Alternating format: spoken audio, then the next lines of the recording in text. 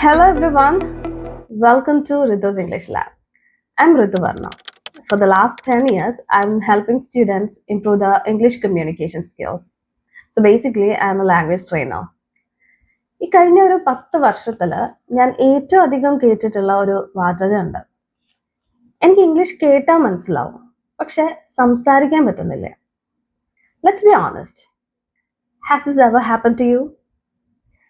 English മനസ്സിലാവുന്നുണ്ട് ഒരു movie കാണുമ്പോൾ അല്ലെങ്കിൽ ഒരു യൂട്യൂബ് വീഡിയോ കാണുമ്പോൾ, അതും അല്ലെങ്കിൽ മറ്റൊരാൾ സംസാരിക്കുമ്പോൾ. പക്ഷെ നമ്മൾ സംസാരിക്കേണ്ട ഒരു അവസരം എത്തുമ്പോൾ വേർഡ്സ് ഒന്നും പുറത്തേക്ക് വരുന്നില്ല. Have you ever been in such a situation? അങ്ങനെ ഉണ്ടായിട്ടുണ്ടെങ്കിൽ let me tell you, you are not alone. Even I been there. ഇങ്ങനെ ഒരു കാര്യം ഉണ്ടെങ്കിൽ അത് എന്തുകൊണ്ടാണ് സംഭവിക്കുന്നത് എന്ന് കൂടെ മനസ്സിലാക്കണം, അല്ലേ? Let's see. ഇതിൽ ആദ്യത്തെ കാരണം എന്ന് പറയുന്നത് അവർ brain has built an input library, not an output habit എന്നുള്ളതാണ്. അതായത് നമ്മൾ ഒരുപാട് കേൾക്കുന്നുണ്ട്, വായിക്കുന്നുണ്ട്, പക്ഷെ സംസാരിക്കുക എന്നുള്ളത് നമ്മളുടെ ഒരു ഹാബിറ്റ് ആയിട്ട് മാറിയിട്ടില്ല. രണ്ടാമത്തെ റീസൺ എന്ന് പറഞ്ഞാൽ നമ്മൾ മലയാളത്തിൽ നിന്ന് ഇംഗ്ലീഷിലേക്ക് ട്രാൻസ്ലേറ്റ് ചെയ്താണ് എപ്പോഴും സംസാരിക്കാൻ ശ്രമിക്കുന്നത്. മലയാളത്തിൽ ഒരു സെന്റൻസ് ആദ്യം ഉണ്ടാക്കുന്നു, ആവശ്യമുള്ള ഇംഗ്ലീഷ് വേർഡ്സ് കണ്ടെത്തുന്നു, ഇനി ഇംഗ്ലീഷിൽ ഒരു സെന്റൻസിന്റെ സ്ട്രക്ചറിലേക്ക് അതിനെ കൊണ്ടുവരുന്നു. ഇതൊരു ടൈം കൺസ്യൂമിങ് പ്രോസസ്സാണ്. അപ്പോൾ അത് നമ്മുടെ ഫ്ലോയെ വളരെയധികം എഫക്റ്റ് ചെയ്യും. ഇനി തേർഡ് വൺ എന്ന് പറയുന്നത് I wouldn't call it a language issue, it's actually a confidence issue. ഇങ്ങനെയുള്ള ചിന്തകൾ ഉണ്ടായിട്ടുണ്ടോ? What if my grammar is wrong, or what if they laugh at me? ഇങ്ങനെയുള്ള ചിന്തകൾ നമ്മളെ ഇംഗ്ലീഷ് സംസാരിക്കുന്നതിൽ നിന്ന് ആക്ച്വലി പിന്തിരിപ്പിക്കുകയാണ് ചെയ്യുന്നത്, അല്ലേ? അപ്പൊ ഇത് എങ്ങനെ മാറ്റിയെടുക്കാൻ നോക്കാം. വളരെ ചെറിയ 3 സ്റ്റെപ്സ് ഫോളോ ചെയ്താൽ മതി. Step number 1 is listening. Listening creates familiarity. നമുക്ക് പുതിയ വാക്കുകൾ പഠിക്കാൻ അല്ലെങ്കിൽ ഇംഗ്ലീഷ് എങ്ങനെ നാച്ചുറലി ഉപയോഗിക്കണം എന്ന് മനസ്സിലാക്കാനൊക്കെ ലിസണിങ് നമ്മളെ വളരെയധികം ഹെൽപ്പ് ചെയ്യും. Step number 2 is thinking in English. Thinking actually improves our fluency. നേരത്തെ പറഞ്ഞ മലയാളത്തിൽ നിന്ന് ഇംഗ്ലീഷിലേക്ക് ട്രാൻസ്ലേറ്റ് ചെയ്യാനുള്ള ഒരു ടെൻഡൻസി ഉണ്ടല്ലോ, അത് കുറയ്ക്കാനുള്ള ഏറ്റവും എഫക്റ്റീവ് ആയിട്ടുള്ള മെത്തേഡാണ് ഇംഗ്ലീഷിൽ ചിന്തിക്കുക എന്നുള്ളത്. ഓക്കെ, ആദ്യത്തെ ദിവസം തന്നെ ഒരു കംപ്ലീറ്റ് സെന്റൻസ് ഒന്നും നമുക്ക് ചിന്തിക്കാൻ പറ്റണം എന്നില്ല. നമുക്ക് വേർഡ്സ് തൊട്ട് സ്റ്റാർട്ട് ചെയ്യാം, പതിയെ അത് നാച്ചുറൽ ആയിക്കോളും. And the third one is speaking. Speaking builds confidence എന്നാ പറയാ. പക്ഷെ ഇവിടെയാണ് നമ്മളിൽ പലർക്കും ബുദ്ധിമുട്ട് കൂടുതൽ അനുഭവപ്പെടുന്നത്.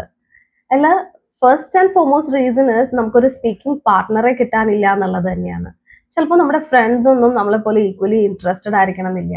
ഇനിയിപ്പോൾ ഒരു സ്പോക്കൺ ഇംഗ്ലീഷ് കോഴ്സ് ആണെങ്കിലും അത് എല്ലാവർക്കും പോസിബിൾ ആയിട്ടുള്ള കാര്യമല്ല, അല്ലേ? അപ്പോൾ ഈ ഒരു ഇഷ്യൂയെ ടാക്കിൾ ചെയ്യാൻ വേണ്ടിയിട്ട് ഒരു വഴി പറഞ്ഞു തരട്ടെ. മറ്റൊന്നുമല്ല, നമുക്ക് എല്ലാവർക്കും ഈക്വലി ആക്സസിബിൾ ആയിട്ടുള്ള AI ടൂൾസ് ഉണ്ടല്ലോ, ChatGPT, Gemini പോലെയുള്ളത്.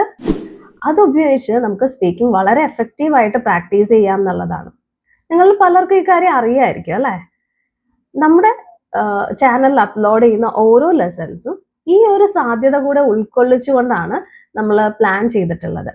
അതായത് ആഫ്റ്റർ എവറി ലെസൺ ആ ദിവസം പഠിച്ച കോൺസെപ്റ്റ് വളരെ എഫക്റ്റീവായിട്ട് പ്രാക്ടീസ് ചെയ്യാൻ വേണ്ടിയിട്ട് ഞാൻ നിങ്ങൾക്കൊരു AI പ്രോംപ്റ്റ് കൂടെ തരും. അത് നിങ്ങൾ കോപ്പി ചെയ്ത് ChatGPTയിലോ അല്ലെങ്കിൽ ജെമിനിയിലോ പേസ്റ്റ് ചെയ്യുക.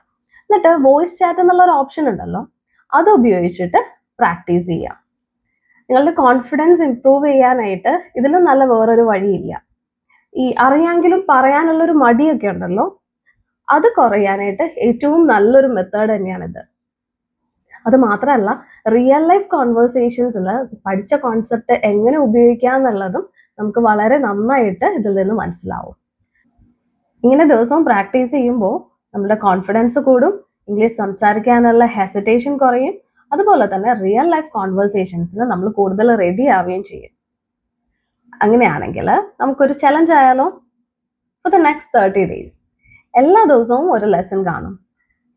എന്നിട്ട് at least for 20 minutes AI tools ഏതെങ്കിലും ഒന്ന് ഉപയോഗിച്ചിട്ട് നിങ്ങൾ എന്ത് ചെയ്യുക, പ്രാക്ടീസ് ചെയ്യുക. ഒരു 30 ദിവസത്തിനുള്ളിൽ നിങ്ങളുടെ കോൺഫിഡൻസിലും ഫ്ലുവൻസിയിലും വരുന്ന മാറ്റം നിങ്ങൾക്ക് തന്നെ തിരിച്ചറിയാൻ കഴിയും. If you guys are ready, I'm ready too.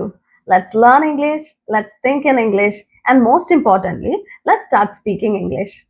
See you guys in the next video. Bye.